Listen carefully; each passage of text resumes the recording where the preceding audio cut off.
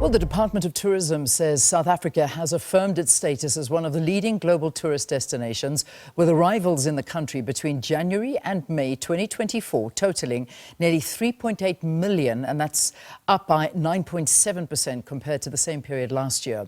This as the tourism industry welcomed the reappointment of Patricia De Lille as the Minister of Tourism. The Federated Hospitality Association of South Africa has said it looked forward to continued collaboration with the Department of Tourism to foster the industry's growth and recovery. And the ministry has stated that one of its key priorities in the 7th administration will be to support the growth of tourism businesses through the R1.2 billion Tourism Equity Fund. Well, to talk more about her plans to grow tourism and her, of course, reaction to her choice of portfolio, again, moving into the same one, we have got the Minister of Tourism herself, Patricia De Lille. So good to have you, Minister. Welcome. Thank you, Leanne, and good morning to the viewers also. Yeah, talk to us about the journey up until the announcement of the different ministers. I mean, firstly was the elections, then, of course, not knowing what was going to happen with the GNU, then, of course, the Good Party forming a part of this GNU, then it was choosing the ministers, and then it was waiting the announcement. So it's been a very turbulent ride. What's it been like for you? Well, I didn't know until a few minutes before the president made the announcement when I received the call. And it was a few seconds just to say that I have decided to reappoint you as the Minister of Tourism. I'm always grateful, and it's such a privilege and honor to serve South Africans. And I want to thank the private sector, all the stakeholders in the tourism sector for working so hard. Tourism is thriving, but I also want to thank all our stakeholders and partners, thanking them in advance for the hard work and the partnership that we are still going to do to work together to grow the sector and contribute to job creation in our economy. Yeah. The opportunities are there. We have been working very closely with organizations like SABC, that is a sector that represents townships, villages, and small dorpies. You will recall, and at the Indaba, we had the interview where they had an exhibition of all the offerings in that. And they're certainly assisting the sector to diversify our offering. Yes, still a lot more needs to be done. I look forward to continue the department's incentive scheme that we have to assist, especially SMMEs, through the market access program, where we fund SMMEs to participate around the world in exhibiting their tourism offerings. And also the green incentive program that we have, where we again help guest houses, hotels, to green their buildings, to put on PV solar panels to help them with water reduction. And I must say that, our domestic tourism is doing very well. They way past the 2019 COVID figures. I call it revenge travel. After we were all locked up in our homes after COVID, we suddenly discovered our own country. And so the domestic sector is also thriving. But we have to do a lot more, and not just marketing South Africa for safaris and Table Mountain. There are just such a lot more that we can offer. Yeah, so I really look forward to continue working with the private sector and all stakeholders to continue to grow tourism. Yeah, I mean, as a tourist myself, wanting to find different destinations, looking for interesting, off the beaten track kind of experiences. This is really, I imagine, where many people are wanting to see more and more growth, so that tourism and the visitors that come into the country seeps to them, and this becomes a massive contributor to the GDP. Because the best part about it is that you're not going into an industry that is completely saturated. you are again moving in the trajectory of continuing to grow tourism, because this is a market that can employ so many more people, and we can reach so many more corners of the world. So let's talk about some of the strategies of growing tourism more into South Africa that you'll be concentrating on. There are two issues that we are working on at the moment. The one is to make sure that we ease the visa regime in our country. Currently, 32 African countries, they can use the up to 90 days visa exemption. We need to grow more and get more African countries to be part of that visa regime. And so on my priority list is also to look at countries like Nigeria. But just internationally, the e-visa system is not always working.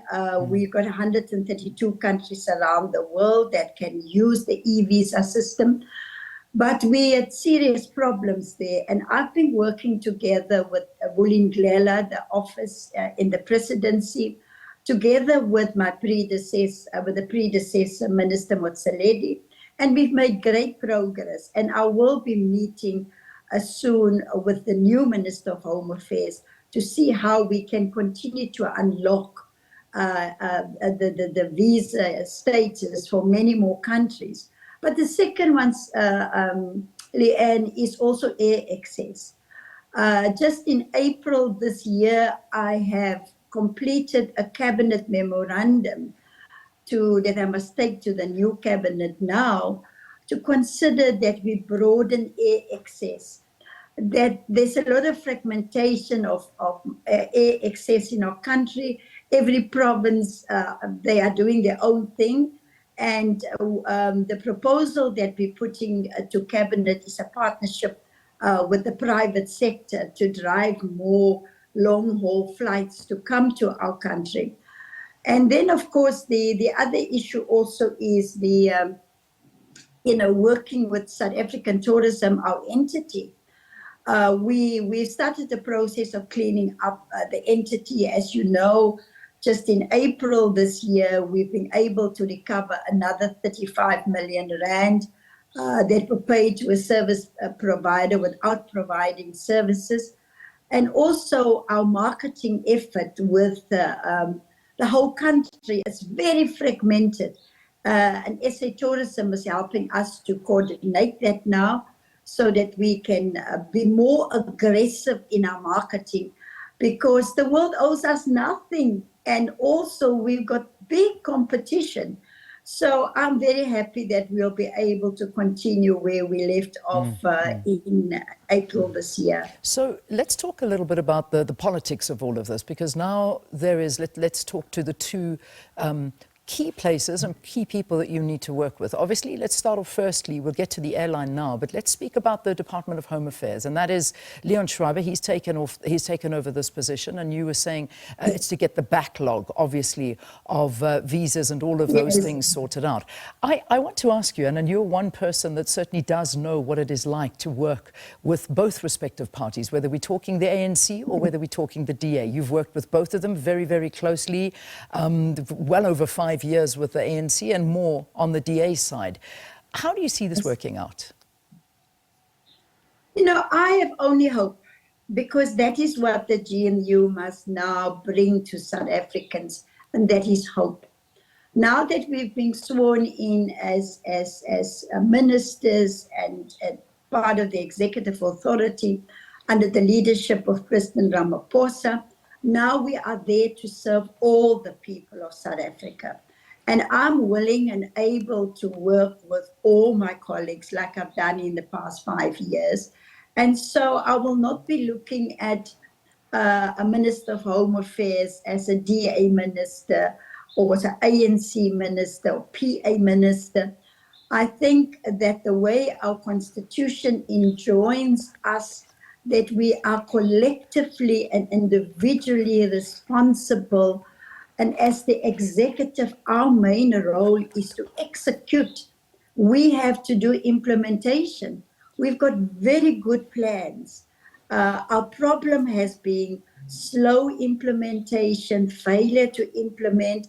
And I think if all ministers, like I see lots of them have hit the ground running, we will be able to forget about those tensions and labels and just work together as a team. That certainly is what I will do, and to reach out to my colleagues and see how we can work together. Yeah, and certainly that's the whole thing, is working Yes, together, yes. putting differences aside and working on the similarities in terms of the achievement and going forward. Yes. An important question I want to ask you, and obviously we do know that South African Airways, you alluded to we need this national carrier to be strong, to keep on bringing more tourists into the country. Yes. Used to be under DPE, that's of course Department of Public Enterprises. That department doesn't exist anymore. Who is now going to be overseeing SAA? Do you have any idea? Has the president given us a little bit more detail in terms of that? No, as you know, we will only have our first extended cabinet tomorrow. And we all have to wait now for the president and the cabinet Lekgotla, where those details will be shared with us. The strategy that I'm working on as the Minister of Tourism is to attract more airlines to fly to our country. Okay. Currently, we have the Western Cape have got their own strategy, KZN, Eastern Cape, and Gauteng. And so what we've been doing in the past is trying to attract airlines to fly into various provinces, where the strategy that I'm proposing now is that we need to have one strategy for the whole country, so that we, together with SAA, you know, when SAA launched the direct flight last year between OR and Sao Paulo and Brazil, immediately thereafter, we have signed a memorandum of agreement with the Minister of Tourism of Brazil. And now we have got a joint marketing strategy to promote both countries. So I would like to see more of that collaboration, first amongst ourselves, and then we reach out to the international community. Yeah, it is important, and it certainly is, to ensure that we have easy access for visitors to come here, and that's one of the things. But at the same time, still protecting the citizens and making sure that everybody is safe. And it's interesting to hear what the president is going to be saying tomorrow, and to get more feedback in terms of your job going forward. I mean, and when we talk about those Lekgotlas, perhaps you want to give us a little bit of an inside glimpse into what actually goes down there, because you as a minister come in with your own energy and vigor in terms of what you want to do. But the president has also got his list of priorities that he wants to see you do. Perhaps you can tell us how that all works and how we get to the ultimate conclusions. Normally, I mean, what happened in the sixth administration, we will first discuss the priorities for the whole of the country. And the president will set the scene by coming up with those priorities. We then have an opportunity to look at what else do you want to add to the key priorities. But normally the Cabinet Lekgotla is supposed to be looking at the how part. That's what I would love to see. How are we going to implement? And the same will happen, I suppose, this time around. I think there are more things. If I've looked at all the manifestos of all the political parties, there are more things that we agree on than disagree. So the president will give that leadership.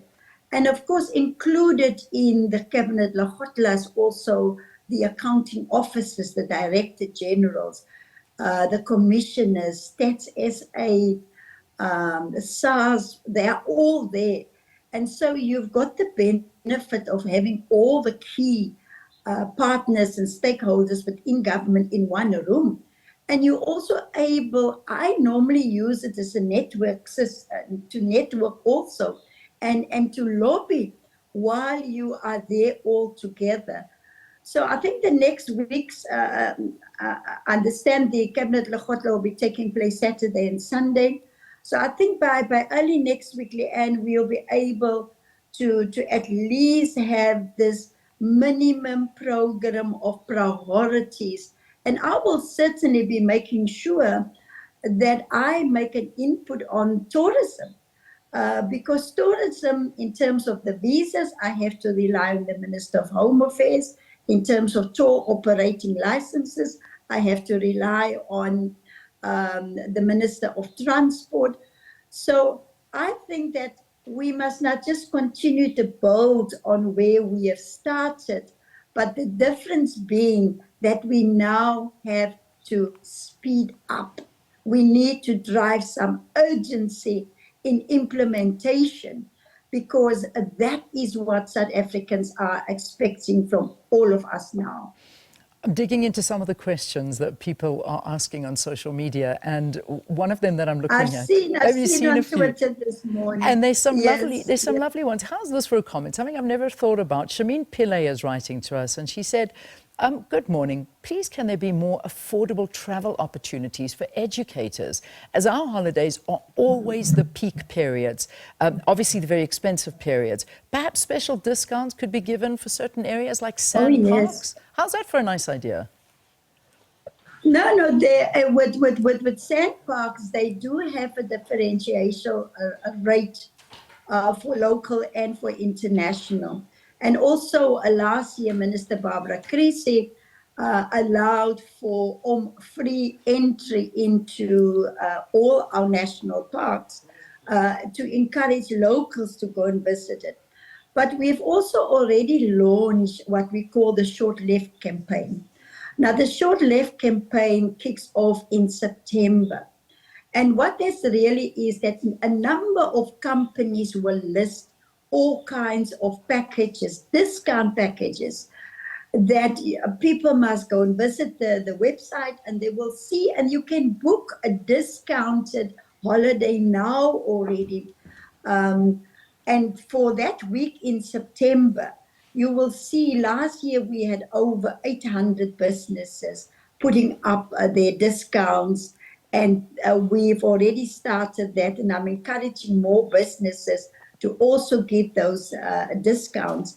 And then the value is that if you can't travel in the month of September, but you've got a discounted package, you can then arrange with the establishment to go there when it suits you.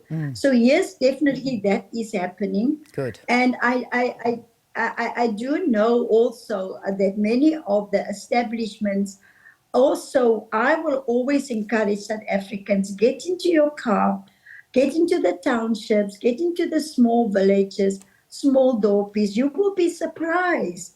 Not only the beauty. You go to the Northern Cape, a place like Rimfasmark, where you can see a hot water springs and you can do stargazing. There's a lot to be seen in our country. Yes. Absolutely. Get in the car, do a road trip, and you'll be amazed by what you can see. Finally, Minister, as we wrap this interview, I'm ending it on a positive note, because I'm looking at one of the latest surveys to come out that has ranked South Africa as the friendliest country in the world. Okay, so let's use that. That's a brilliant one. Remitly, it's an American-based payments group. Yeah, they called us the happiest country in the world in terms of tourism. And our biggest asset in tourism, it's our people.